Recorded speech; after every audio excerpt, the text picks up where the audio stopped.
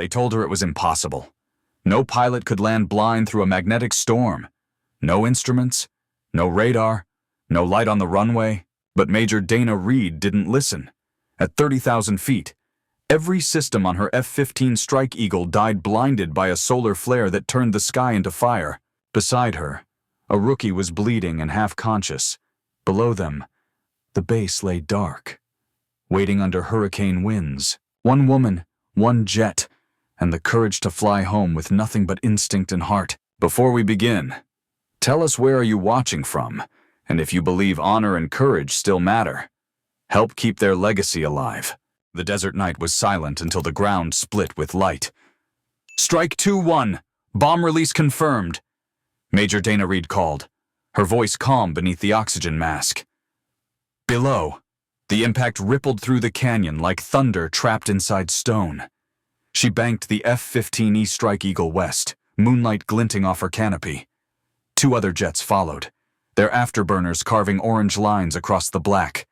The mission had gone flawlessly until the first static burst filled her headset. Phantom flight, check-in, silence. Then a pop. Solar activity spiking. Her WSO warned from the back seat. Magnetic interference climbing fast. The radar flickered, dimmed, then went black. Dana frowned, tapping the glass. We've still got backup nav, right? A flash outside answered for her. The horizon glowed green. Curtains of light shimmering from pole to pole. Aurora, this far south. That wasn't supposed to happen. Strike 2-3, status, she asked. Only static.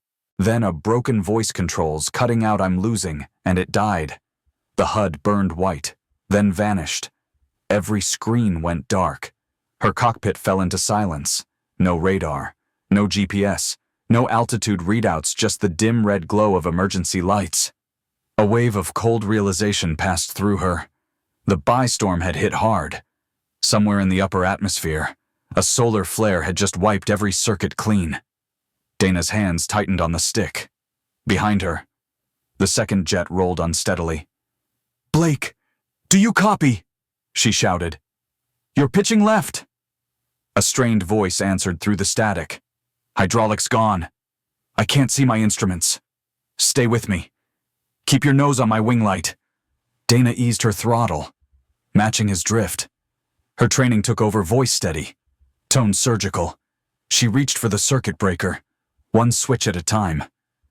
Nothing came back. They were flying blind at 30,000 feet in total electromagnetic silence. Even the stars above flickered through waves of green light. Base echo. This is phantom lid. She tried the emergency frequency. No response. Just a hiss that crawled through her headset. Every attempt came back empty. "All right, we're on our own," she murmured. Her WSO checked the standby compass. It spun like a coin. The altimeter needle jittered, drunk from interference. Dana drew a deep breath. Manual flight control engaged. Hydraulics clicked over to backup. The aircraft felt heavier, more alive, like a living thing under her hands. She adjusted the trim, feeling the resistance through muscle memory. Lightning flickered, except it wasn't lightning. Electric arcs danced across her canopy frame, crawling like veins of blue fire. For a heartbeat, the world looked alien. "Talk to me." "Blake," she said again. "I'm bleeding from my hand, lost my HUD. Fuel." 40%. "Copy. You're not dying out here. Stay close." She flicked the landing lights on, twin cones of pale gold slicing through the storm. The other jet reappeared beside her, trembling but steady. Its pilot light blinked twice, acknowledgement. They leveled at 25,000, without instruments. She flew by feel nose angle, vibration, pitch tone in her ears. Every movement was judgment, not math. Her WSO glanced back. "We could eject?" Dana shook her head. "Not while he's still flying." A pause. "Then we're trusting pure instinct." "Exactly." Wind shear buffeted the fuselage. The Strike Eagle groaned. Dana steadied it, reading invisible air currents through her fingertips. Years of low-level training, the rhythm of flight embedded into her nerves, came back all at once. "Blake, bank right 5 degrees, she ordered. "Match my wing." "Trying," came the reply. Broken, but alive. The two jets swung in slow harmony, silhouettes ghosting through pale aurora. Inside the cockpit, temperature dropped. Frost crawled up the glass. Dana's breath fogged her mask, heartbeat loud in her headset. Her voice dropped to a whisper. "Come on, girl. Hold together." The storm deepened. Static flares popped like camera flashes, blinding her for seconds at a time. The G-meter flicked uselessly, stuck at 0. Then the backup radio crackled once barely audible. "Phantom lead. This is base. Magnetic surge. Systems. Offline." A fragment of hope. She pressed. "Transmit. Say again nothing." The frequency collapsed back into noise. But the brief contact gave her a bearing rough direction west. She turned toward it, trusting a hunch born from gut and geometry. "Course west. Descending to 15,000, she said. "Copy." Blake managed, his breathing ragged. In his cockpit, alarms screamed unheard. For 10 minutes, they flew through nothing but darkness and ghost light. No stars, no ground, only motion. Dana felt the jet through the seat, every shift of air, every tremor of pressure. That's when the horizon flashed again, faint, amber, low. Maybe lightning, maybe civilization, maybe home. She couldn't tell, but her gut chose for her. "Blake, you see that?" "Yeah, looks like fire could be the base generator field." "We'll find out." She glanced at her fuel gauge, dim, erratic. 12 minutes left, maybe less. Every instinct said to climb, to search for signal, but the rookie followed her, half crippled, half blind. Leaving wasn't an option. "Stay on my 6, she said. "If we make it to ground, we'll land by sight." Blake hesitated. "Ma'am, you can't land an F-15 without ILS and crosswinds like this. Watch me." Her hands moved without thought check flaps, manual lever, throttle trim. She could feel the jet's heartbeat through the stick. Outside, the aurora twisted into red and violet bands, painting the desert like a fever dream. They broke through another cloud layer. The wind hit sideways, a hammer from the east. Dana gritted her teeth and rode it out, keeping both jets alive by sheer precision. For the first time that night, fear whispered, not of death, but of failing him. She pushed it down and stayed focused on the faint light ahead. "That's either home," she muttered, voice steady, or hell waiting with open arms. She banked left into the storm again, and both jets vanished into the glow. Altitude 15,000 feet and falling. No radar, no stars, just the hum of engines against the howling dark. Major Dana Reed tightened her harness and leaned forward into the storm. The Strike Eagle bucked under sudden turbulence. The wind came in cross currents, invisible fists slamming into metal. She read the air through pressure on her shoulders and vibration through the seat. "Blake, check your position," she called. His voice cracked through static, thin and shaky. "Trying to hold formation. I've got nothing but you. That's enough. Keep my light centered and match my roll." Dana adjusted the trim wheel by touch alone. The stick felt heavy, the kind of resistance that warned the hydraulics were bleeding power. They'd already lost half their control authority. One mistake, and the jet would spiral. She risked a glance at her standby compass. The needle jittered, directionless. GPS was gone. Even inertial nav was corrupted. She was flying over an unknown desert, somewhere between survival and disappearance. The storm pulsed again. For half a second, the cockpit lit up like daylight, then plunged back into green twilight. Her WSO muttered, "We're inside a magnetic storm cell. Everything's dead, even the horizon lines. Then we fly by feel," Dana said. She spread the throttle evenly, watching the faint glow from Blake's engines. They were two ghosts over a dead sky. Blake's breathing filled the radio. "My left arm's numb. Losing strength. Keep your right hand on the stick. I'll guide you in. How you can't even see me. I don't need to see you. I can feel where you are." Dana spoke like a metronome, steady and clipped. "Ease your pitch 2 degrees. Good. Hold that." The jets aligned again, side by side in darkness. Minutes passed. The fuel gauges flickered like dying candles. Dana did the math in her head, barely 10 minutes left before bingo fuel. Climbing was safer, but costlier. She stayed low, where the air thickened and the noise grew alive. "Base should be west," she murmured. Her WSO tilted the dead map display. "How do you know the storm drifted east with the jet stream? I can feel the pull on the tail. That means west is our headwind." The logic was thin, but intuition had never failed her before.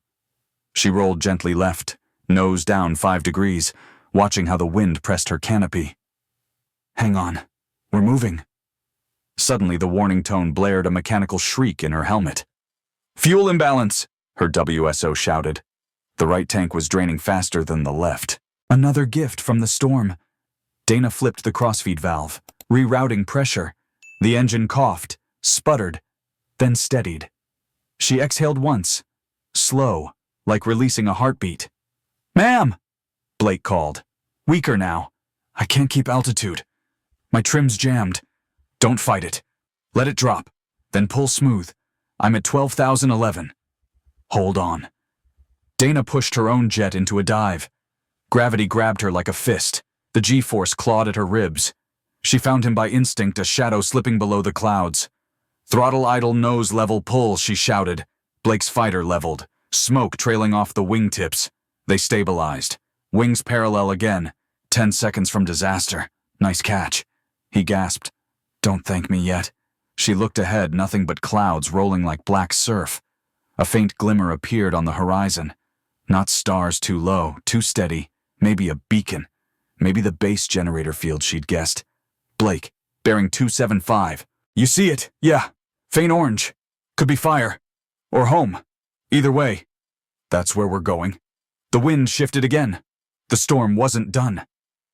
A sudden downdraft dropped them 1,000 feet in seconds. The G-meter slammed to the peg. Her body lurched against the straps. Dana yanked the throttle, correcting. "Stay with me," Blake groaned. "Trying, don't try." "Do it!" Her tone snapped like a whip. They leveled out, engines whining under stress. The magnetic flux distorted even the radio voices, stretched and warped. A language of ghosts. Her WSO whispered, "We're losing the west engine. Then we fly on one." Dana killed power on the failing side, trimmed rudder by foot. The jet staggered, corrected, and bit back into the wind. The aurora brightened overhead, pulsing crimson now. Ionized streaks danced across the canopy like liquid fire. Inside, the cockpit glowed red, as if soaked in blood. "Blake," she said quietly, "when we clear this, keep your flaps locked until I tell you." He tried to sound confident. "Copy. Valkyrie." She didn't ask how he knew the call sign she'd earned years ago. At 8,000 feet, turbulence turned brutal. Air density rose. Drag screamed against the fuselage. Every bolt, every rivet complained in protest. The jet shuddered. Dana could feel its pain through the frame. Her gloved hands tightened, coaxing the machine like a wounded animal. "You're gonna make it, old girl. Just a little farther." A sudden flash tore the horizon lightning. Too close. The shockwave rattled both fighters. Momentary weightlessness before the pull returned. Her WSO gripped the canopy rail. "That was close." "Close doesn't kill us," Dana replied. "But hesitation will." She kept descending, trusting the dim glow ahead. Her pulse synced with the thrum of the engines. Static hissed again. Then, faint and broken. "Phantom lead. This is base echo. Runway. Dark." The message fractured, but clear enough. The base had power failure. The runway lights were gone. Blake's disbelief cracked through. "You mean no guidance, none?" Dana said. "They'll have to mark it old school." "How do we land in total blackout?" "We don't," she answered softly. "We arrive." The voice in her headset faded once more. Dana glanced at the clock. Fuel under 5 minutes. Wind outside screamed like the ocean. She reached down, tapped her knee, once a habit from training. It centered her mind, slowed her breathing. One thought at a time. Fly, guide, land. Below, a spark flickered again, this time steady, rhythmic. Flares. Someone down there was lighting the ground by hand. Her chest tightened. "They're marking a path. Then let's follow it," Blake whispered. His voice was raw but alive. Dana angled her jet, descending through the darkness toward the faint burning line. The last of the instruments gave out. No numbers, no warnings, just her heartbeat and the sound of wind tearing past steel.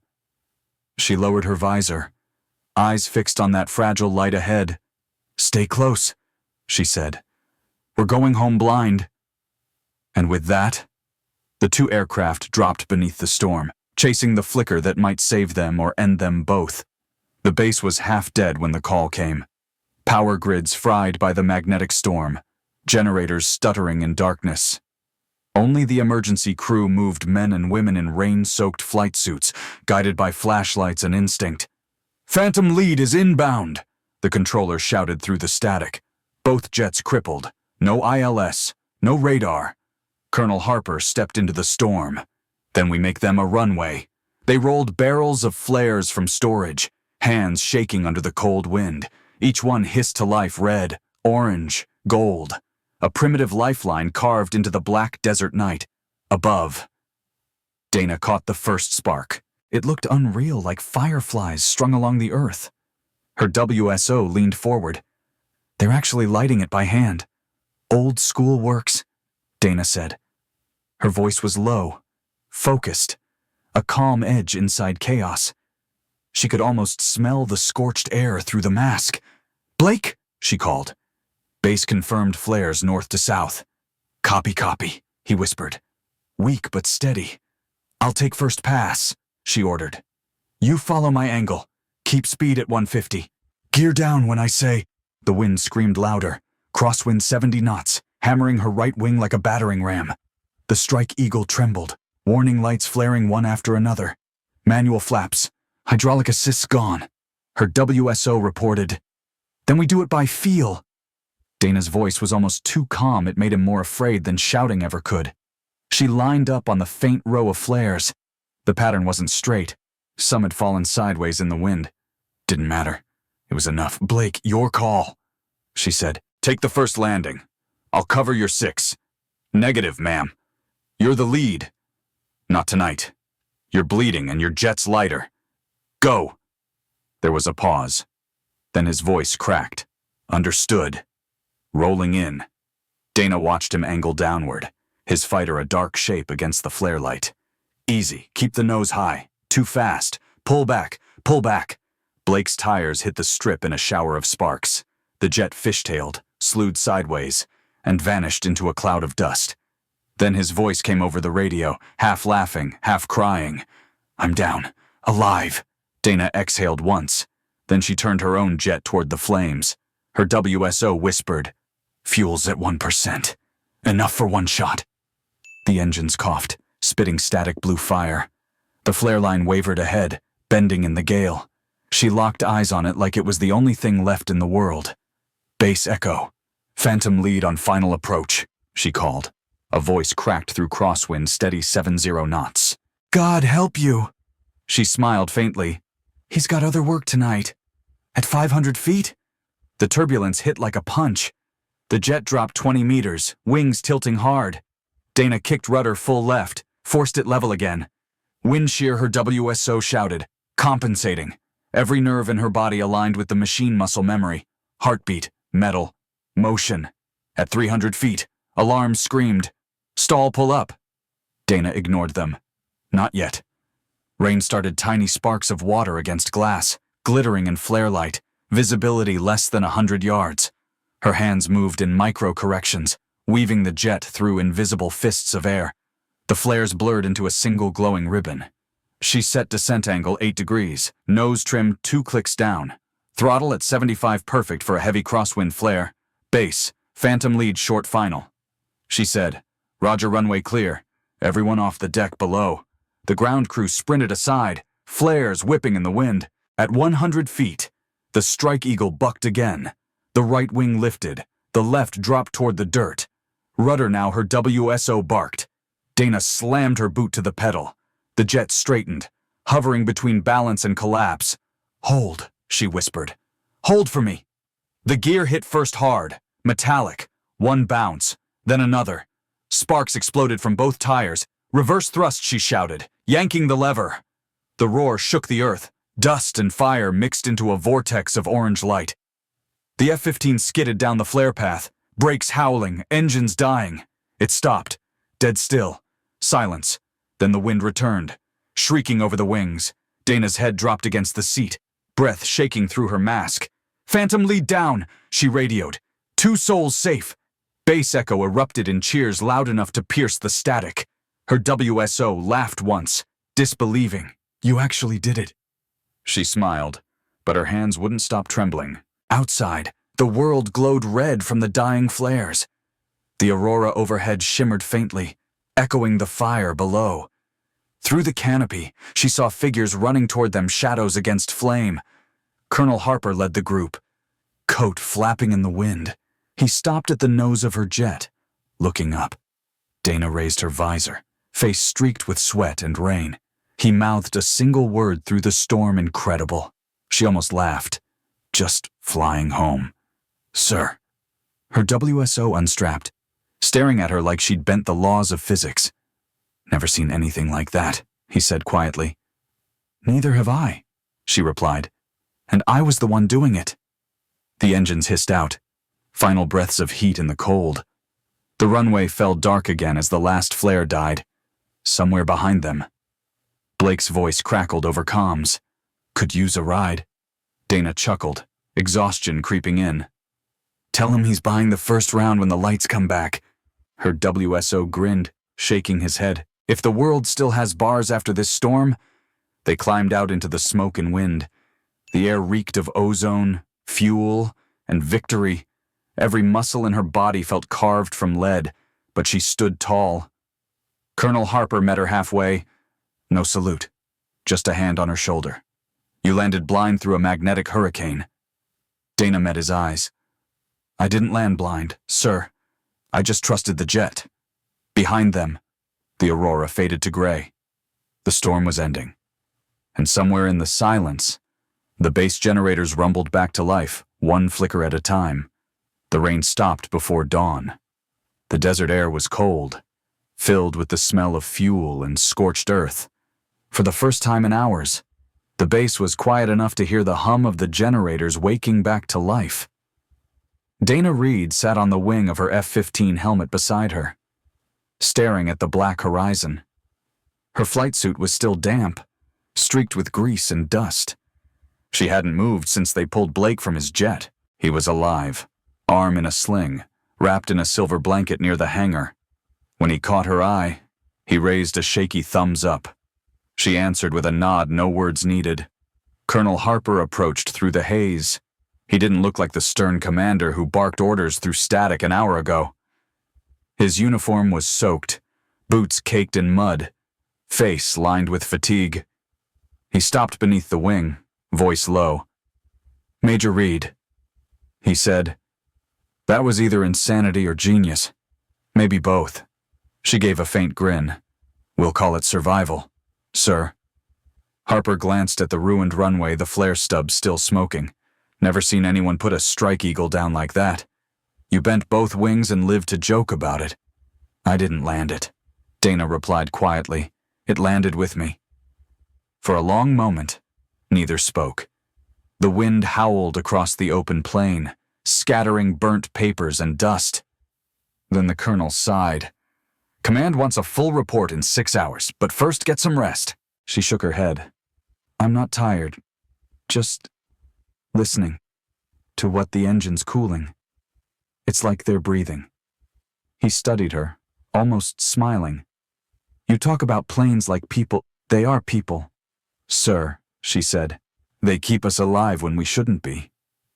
Harper nodded once and walked away, leaving her in the dim red glow of the emergency lamps.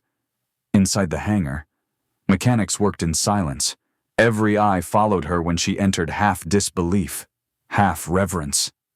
Someone started clapping, soft at first, then louder until the sound filled the room. Dana froze. Applause in a place that usually greeted her with checklist chatter and oil fumes.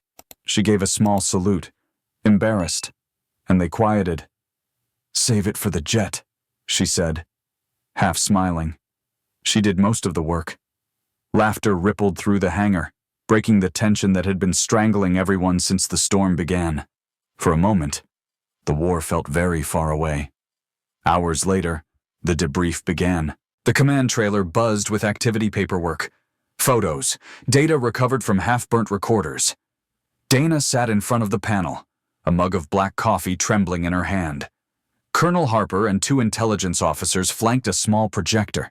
Static footage rolled faint light, smoke, the blur of her landing through fire. Even on the damaged video, the moment looked impossible. The intel officer looked stunned. You descended below 500 feet in crosswinds 70 knots. Dana shrugged. I stopped counting knots when the wings stopped listening. No one laughed. They were too busy realizing she wasn't exaggerating.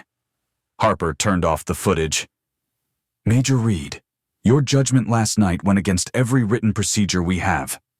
By the book. That's a career ender. Dana straightened. Understood. Sir, he leaned forward. But you saved 2 aircraft, 2 lives, and $100 million worth of hardware. So instead of punishment, I'm filing a commendation. Her brow furrowed. For breaking protocol for proving the book still has blank pages, he said. She didn't know what to say. For once, words, the one thing she always had under pressure, failed her. So she nodded, quietly grateful. Outside. Dawn stretched over the horizon like a wound closing. The storm was gone, leaving the sky washed pale blue. The runway shimmered in heat haze, scarred but alive. Blake limped toward her from the med tent. Ma'am, he said, smiling through exhaustion. The doc says I'll fly again. You'd better, she replied. You still owe me that drink. He laughed, then grew serious. You didn't just save me. You showed me what flying really is. Dana tilted her head. What's that feeling the sky when everything else disappears? She liked that answer.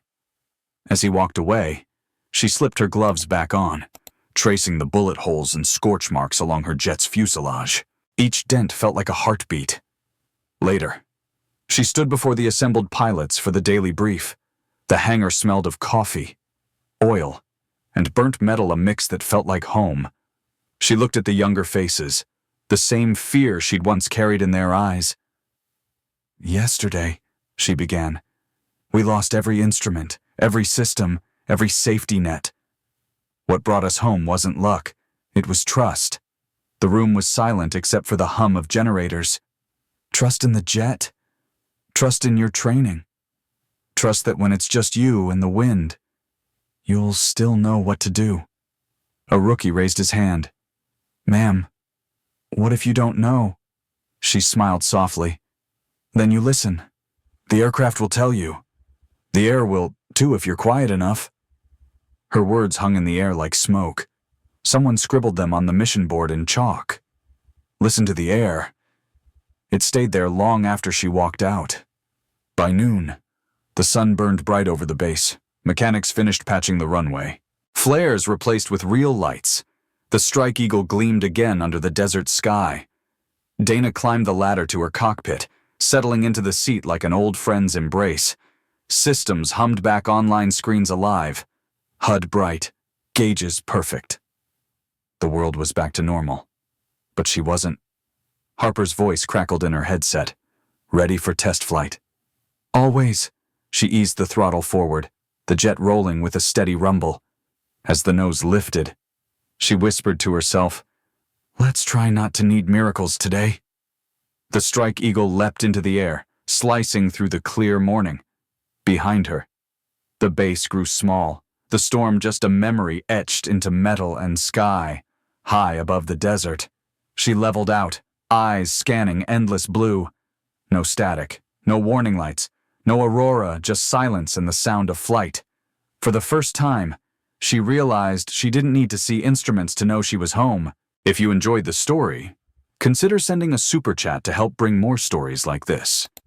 Now, click on the video on the screen to hear another story that's just as powerful and captivating, with courage, sacrifice, and a choice that will leave you questioning everything you thought you knew about duty and justice.